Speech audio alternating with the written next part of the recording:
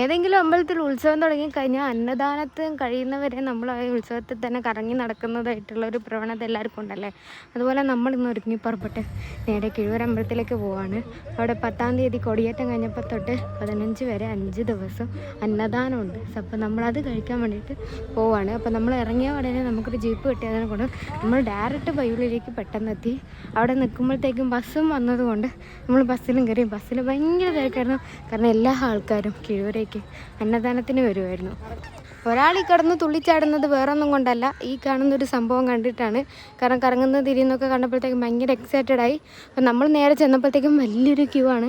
ആണുങ്ങൾക്കും പെണ്ണുങ്ങൾക്കും വേറെ വേറെ ക്യൂ എന്ന് പറഞ്ഞിട്ടാണെങ്കിൽ പോലും രണ്ടുപേരും മിക്സ്ഡായിട്ടൊക്കെ ആയിരുന്നു നിൽക്കുന്നുണ്ടായിരുന്നത്. പെണ്ണുങ്ങളും ക്യൂലും ആണുങ്ങൾ അധികം ഉണ്ടായിരുന്നില്ല. എന്നാൽ ആണുങ്ങളും ക്യൂലും പെണ്ണുങ്ങളൊക്കെ നിൽക്കുന്നുണ്ടായിരുന്നു.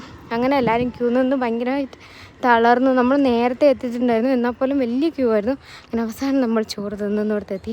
അങ്ങനെ ചോറ് തിന്നുന്നതിൻ്റെ തിരക്കിലൊന്നും നമുക്ക് വീഡിയോ എടുക്കാൻ പറ്റിയില്ല. അങ്ങനെ എല്ലാവരും കൂടെ ചോറും കഴിച്ച് അങ്ങനെ അവിടെ നിന്ന് മെല്ലെ ഇറങ്ങി പയ്യോളി എത്തിയപ്പോഴത്തേക്കും നമ്മളൊരു ജ്യൂസ് കടയിൽ കയറി ജ്യൂസ് കുടിക്കാനായിട്ട്. കാരണം കൂടെയുള്ള 2 കുട്ടികൾക്ക് ജ്യൂസ് എന്ന് മാത്രമേ വരുന്നുണ്ടായിരുന്നുള്ളൂ. അങ്ങനെ നമ്മളൊരു ജ്യൂസും കൂടെ ലൈമും കൂടെ പറഞ്ഞ് ലൈമും കൂടെ കുടിച്ച് നേരെ വീട്ടിലെത്തി. ബാക്കി വീഡിയോ എടുക്കാനുള്ള ത്രാണം ഇല്ലാത്തതുകൊണ്ട് വീട്ടിലെത്തിയതിനു ശേഷമാണ് വീഡിയോ എടുത്തത്.